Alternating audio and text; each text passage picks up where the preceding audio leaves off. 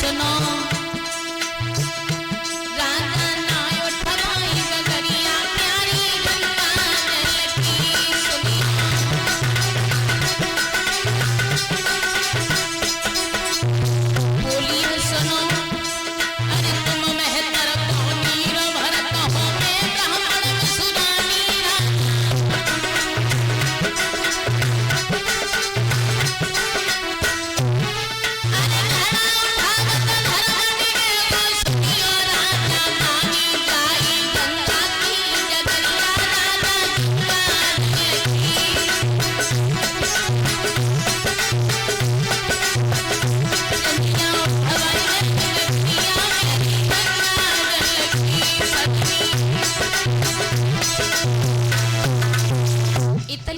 जब महाराज ने रोकर के कही तो रानी तारा के दिमाग में कोई बात नहीं आई।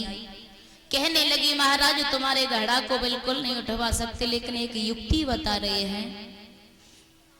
गहरे में घुसी जा घड़ा उठ जाएगो और तनिक सहारो पानी को लगी जाएगा। महाराज तुम्हारी गगरिया को हम नहीं उठवा सकते, लेकिन एक युक्ति बता रहे हैं। गंगा मैया में गहरे में घुस जाओ और थोड़ा सहारा पानी का लग जाएगा, थोड़ी तुम ताकत लगाना तो घड़ा आसानी से उठ जाएगा। महाराज रो रहे हैं रानी कोई बात नहीं। इतनी बात कह के घड़ा को भर के रानी तारावती चली गई। महाराज सोच रहे हैं बारी रानी एक दिन वो था कि तू मेरी आज्ञा का पालन करती, लेकिन आज हम मेहतर का नीर भर रहे इसलिए तू हमसे इतनी बात कह के चली गई। कोई बात नहीं रानी, 7 भांवरें पड़ के आई, तूने बिल्कुल भी नहीं अपनी पति के पीछे देखा। महाराज जब गहरे में घुसे हैं, थोड़ी ताकत लगाई है, थोड़ा पानी का सहारा मिल गया है तो घड़ा उठ गया है। महाराज घड़ा को उठा के चले। जब कालू मेहतर के द्वार पर आए तो एकदम से ठेबा लगा है और घड़ा सर से नीचे आया और फूट गया। कालू मेहतर आ गया और कहने लगा ए हरिया ये बता तू रोज ये घड़ा फोड़ा करेगा तो रोज कहां से आएंगे? ये बता रे हरिया कि तुझे खाना नहीं मिलता? अभी रुक जा, मैं सेठ की दुकान पर जा रहा हूं। कालू मेहतर सेठ जी की दुकान पर गया और कहने लगा सेठ जी ये बताओ हरिया तुम्हारे दुकान से कितनी दिन भोजन लेके गया है? सेठ जी कहने लगे कुल 3 दिन। 3 दिन? भागे भागे महाराज हरिश्चंद्र के पास वो मेहतर आया। कहने लगे बारे हरिया तूने इतने दिन बिना भोजन के व्यतीत कर दिए। चल कोई बात नहीं, इस पानी को तू बंद कर भरना और ले इस कम्बल को और एक हाथों में लाठी दी है, जा तेरी आज से ड्यूटी मरघट में होगी। जो भी मरघट में लाश आएगी उसको दफनाना और सुन बिना कर का टका के मत दफनाना। महाराज हरिश्चंद्र हाथ में लाठी और हाथों में कम्बल है, चले हैं बारे विधाता। सिंहासन पर महाराज राज करने वाले कहां मरघट में ड्यूटी लगा रहे हैं, इसलिए समय का किसी को पता नहीं है। उधर में रानी तारावती ब्राह्मण के यहाँ भोजन बना रही है, झाड़ू पोछा कर रही है। तो शर्मा ऋषि ब्राह्मण कहने लगे हाँ तारा कहाँ है तेरा वो पुत्र, उससे बुला दे क्योंकि आज एकादशी का व्रत है। थोड़े बगिया से फूल लेके आए, पूजा का समय होने वाला है। मैया तारावती ने अपने बेटा को जगाए है और कहने लगी बेटा तुम बगिया के लिए चले जाओ क्योंकि आज एकादशी का व्रत है, थोड़े फूल लेके आओ।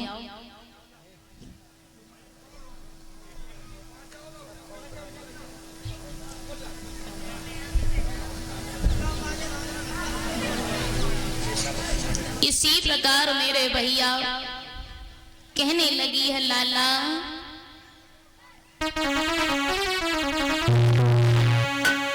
बेटा मेरे मैया बोली लाला रोहतास तुम भागों के लिए चले जाओ।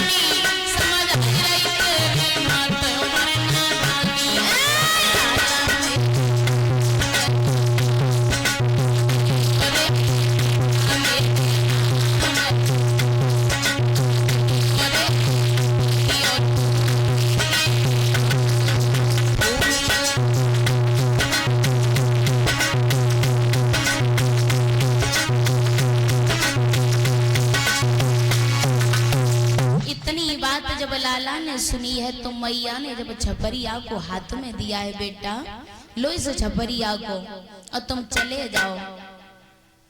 बेटा ने हाथ में झपरिया को लिया है और जब बगिया के लिए चल पड़ा है रोहितास।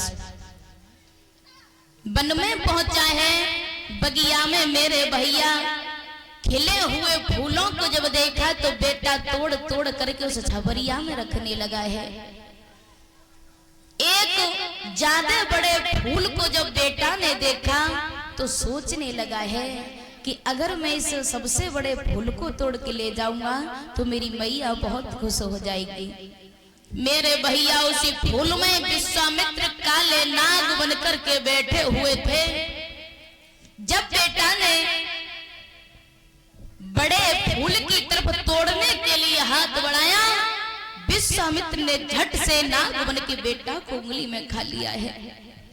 एकदम से बेटा को उंगली में खाया, चीख करके रोहितास जमीन पर गिर गया और कहने लगा, माँ मुझे बचाइए, माँ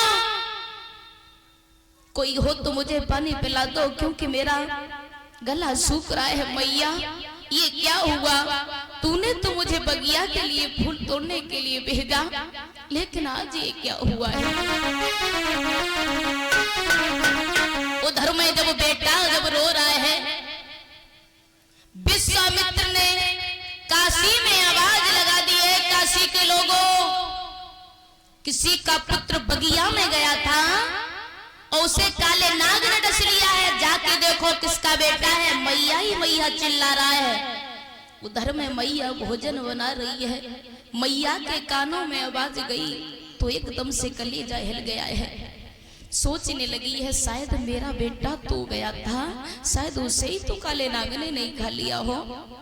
मैया जब भोजन बना रही है और रोती जा रही है, परमात्मा क्या हुआ मेरे साथ, क्या हो रहा है। रोने लगी है मैया, लाला मुझे छोड़ के मत जाना,